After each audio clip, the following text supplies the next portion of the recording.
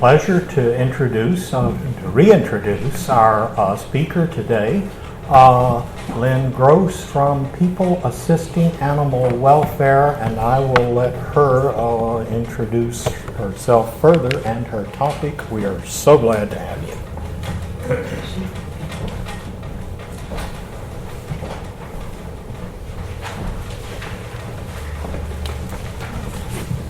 I want to say how glad I am to be here and say hello to Heather and Cindy. Heather has been in rescue as long as I have, and we've known each other since we worked together at Lafayette Animal Aid, and she's also part of our organization. We started rescue, or I started rescue, probably as empty nest, because I raised my 4 daughters and my sister and 2 brothers, and when they were all off on their own lives, except for my daughter Ray, who's still at home, and so we decided we needed something to do, and we started volunteering. And we originally volunteered with Lafayette Animal Aid and were there from 1995 until 1998, and after that we went to we worked some with New Iberia Humane Society, and we did some other rescues, and then we decided to start our own rescue. So we got our paperwork together, and it was my sister Audra, who now lives in Mississippi, and she works in rescue even now in Mississippi. Friends of ours, Francine Carnley, and my daughter Ray. And we're a foster home network, which means we don't have a shelter, which has come to after 15 years doing this. You have animals that come to you in hopes that you're going to get them healthy and find new homes for them. And sometimes it works out and sometimes it doesn't. And that means you've got them in your home. And then we also have a policy in our rescue group that any animal can be brought back for any reason. And that happens too. So pretty soon you find yourself with a house full of animals and a lot of competition there. We started with 3 rescues in this Lafayette area, and there are now more than 10. And they're all taking in animals, and they're all at Petco or PetSmart or doing their own rescue events. And you're there with your animals, and you're just hoping, well, I hope my kitten is the one they pick, or I hope my dog is the one they pick, and it doesn't always happen. So I personally have come to the conclusion that rescue might be a part of the answer of the overpopulation, but it's by no means the solution. I think spaying and neutering, probably microchipping your pets so that if they do get lost, they can get returned to their owner. And if their owner doesn't want them, at least you'll have the proof that they should be responsible for this animal. Also, they should be kept in your home or your yard and not allowed to roam, because we can't do it. Even with the numbers of rescues that we have now, I probably get 20 phone calls a week. I've got a litter of kittens. I found a cat. I found a dog. And if we don't take them in, and most of the rescues don't answer the phone, or if they answer the phone, they have to tell the person, I'm sorry, we're full. And that's just kind of the way it is right now, and those animals will probably end up, if the person that found them doesn't keep them, they're going to end up at animal control. If they go to animal control, their chances of getting out are slim. And just to just give you an idea of how this has gone, when we started in 2000, I don't have the records for that because we kept paper records, and they're all in storage in our storage unit, and I wasn't about ready to go dig through all our paper records to find out what our numbers were. But we did have we have Barbara Bornman, who she's German and she's very meticulous, and she kept a database, and she kept a database in 2001 through 2003.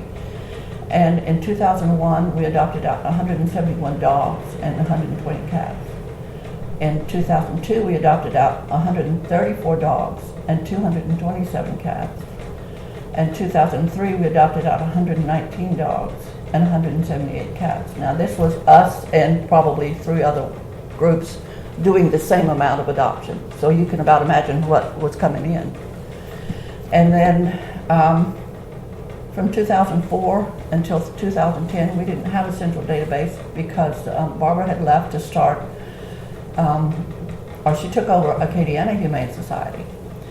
And she was there until 2007, running Acadiana Humane Society, and she didn't keep records after she came back. So in 2010, we started microchipping every animal that came into our shelter, and that came with the database. So from 2010 until today, we have adopted out 518 animals.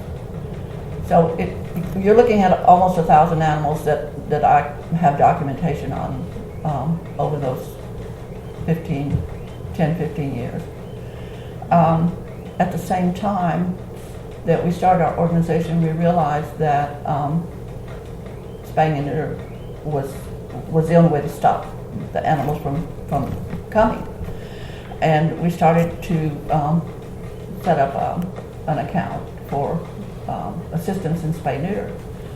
So from 2003 until today, we have paid half on a spay or neuter to the general public for their pets for 722 animals at a cost to us of about $33,000. And that's where we want to go now. We've still got animals. We're still going to have to take care of these animals, whether they get adopted, whether they don't, whether they're with us till they die. And we have 36 animals in 5 foster homes. So that's basically what we're doing now. We really can't take in animals, although that I brought our book with pictures of most of our animals that I can let you guys take a look at. Some of these animals that we have are long timers. We've had them probably 8, 9 years. Most of the ones we've had that long have been out and come back. And we had a dog that we adopted out that had been adopted as a puppy. They kept him 9 years and returned him. He got adopted, but that doesn't always happen. And then you take in a dog and you think they're going to be good for adoption. They end up with some personality problem. And we try not to euthanize. We don't generally euthanize unless we do have a truly dangerous animal, which really has not happened that often, or we have an animal that is ill to the point that their life is compromised. So if you don't euthanize and you have a foster home network, your foster homes get full of animals, and you just can't do it anymore. To say nothing of the fact that I've done it since 1995. I'm 72 years old. My daughter is Ray she's 38, and she's been doing it almost since she was in high school. So she said, "Mama, I'm ready to be done." But you can't get out because you know too many people that know what you do, and too many people have your phone number, and they're going to call you. And sometimes you can say no, and sometimes you can't. This is a listing of probably at least 8 of the rescues that we have now. I want to say we do have Spay Nation, which is opened in 2010, and they are low-cost spay neuter, which is a blessing because spaying and neutering is an expensive procedure. Most of the vets charge quite a bit to do that, and Spay Nation is low cost, and we use them a lot. We do work with any vet. We work with vets in Lake Charles. They just have, we try to make sure that they get paid prior to the person coming in with the dog to be or cat to be spayed or neutered, just because so many times through lack of money they get stiffed if the people can't afford or don't come forward to pay, we make sure that at least that our part of it's paid. But rescue it'll eat you alive. You get that, you love it, you love saving an animal, but by the same token, when you can't find a home for it, it's really crushing. It's difficult. And you know, we have a lot of success stories. We've taken in animals.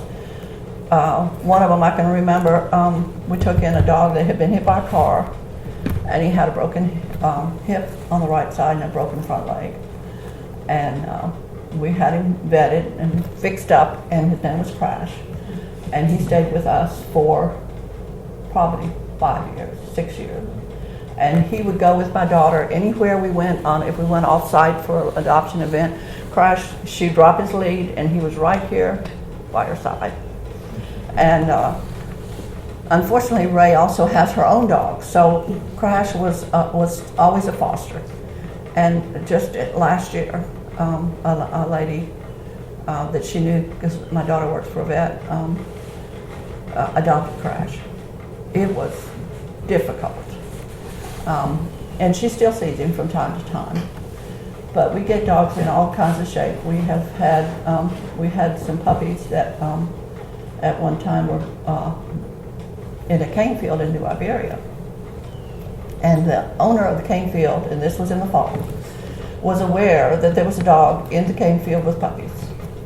But he set his cane field on fire anyway. And some people that were in the area and knew the puppies were there went to rescue them. And there were 8 puppies and the mama dog, and she was burned, and the puppies were burned. And we took in 3 of them. And there was a couple of people in New Iberia that took in some of them. And we saved 4 puppies, all told. And the mama dog was finally found, and they treated mama dog. And we had 3 of them that Ray and I dealt with. And that was not something that I want to ever have to do again.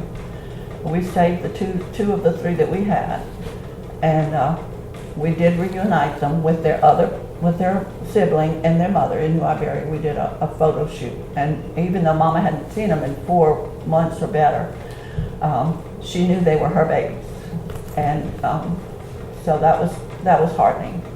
And they both got the 2 that we had both got adopted together.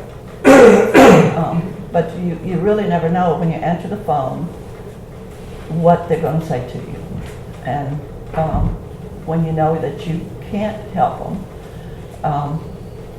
And there's no group that I know of here locally that does medical assistance. And we would try to do that, but there are a lot of people that would call us and say, I can't give my animal their shots, so would you help me with that? And so we can't do that, but we do help with spays and neuters.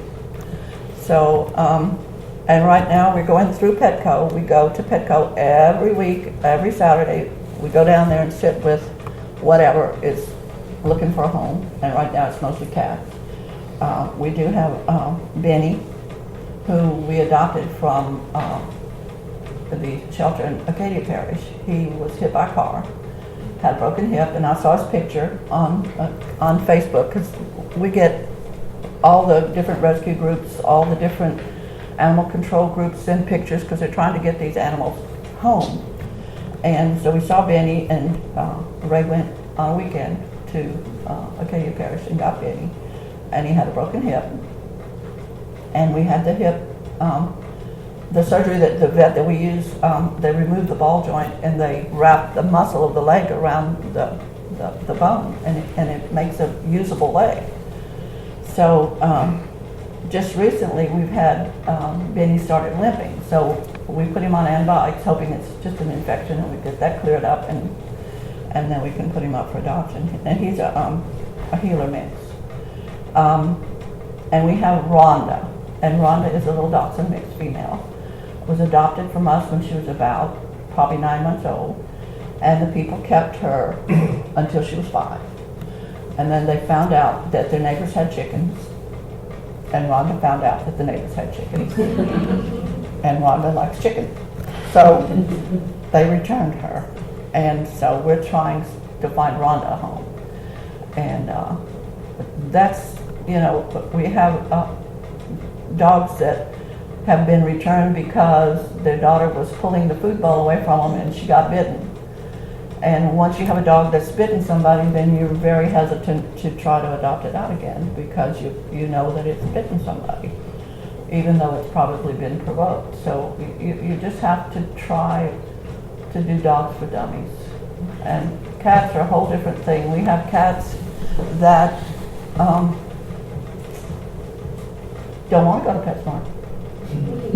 They're perfectly fine. They'd be perfectly adopted if you could just hand somebody the cat and say, here's your cat, and it would work out fine. But you take them to PetSmart and you put them in a cage, and people go by and they poke their fingers in the cages and they, just generally, cats want to come to you. They don't want you poking at them. So a lot of them just won't put up with that, and they'll be ugly, and they'll hiss, and nobody adopts them. So pretty soon you've got 12 cats or more. And so at my house in the morning, I get up with my pack of dogs, Ray gets up with her pack of dogs, and then we let out the other dogs. So it's not the answer, but a shelter's not the answer either, because then you have dogs that are there that aren't learning about air conditioners and vacuum cleaners and dishwashers and other animals, and so that's not the answer either. The answer is they shouldn't be here if we don't want them. So I feel like we have to probably start saying, look, we want you to start microchipping your dogs and your cats, and we want you to start keeping them in your yards, and that goes for cats too. There's a leash law for cats. It applies here in Lafayette Parish for cats as well as dogs. Cats, I'd love to be able to let my cats out, but too often they get hit by a car, or they get killed by a dog, or the neighbor doesn't want them on their car or in their garden, and they end up trapped in animal control.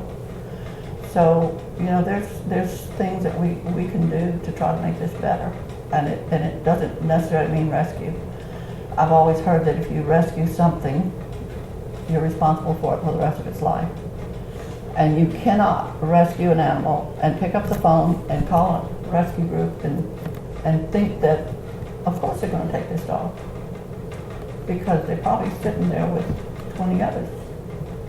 Or right now it's cats. It's cats and kittens, because kitten season comes. Last year we took in 69 kittens.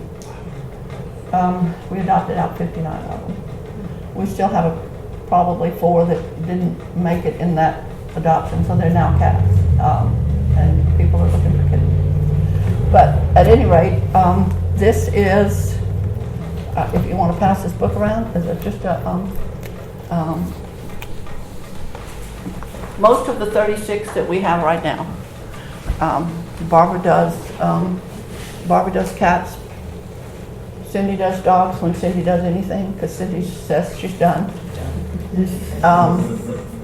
Missy does dogs. My daughter and I do both. And we, like I say, we do our spay-neuter fund. And it's a job. It's a joy. It's heartbreaking at times when you lose one, or when you have one for a couple of years and it gets adopted. You're happy for it, but at the same time, it's heartbreaking. So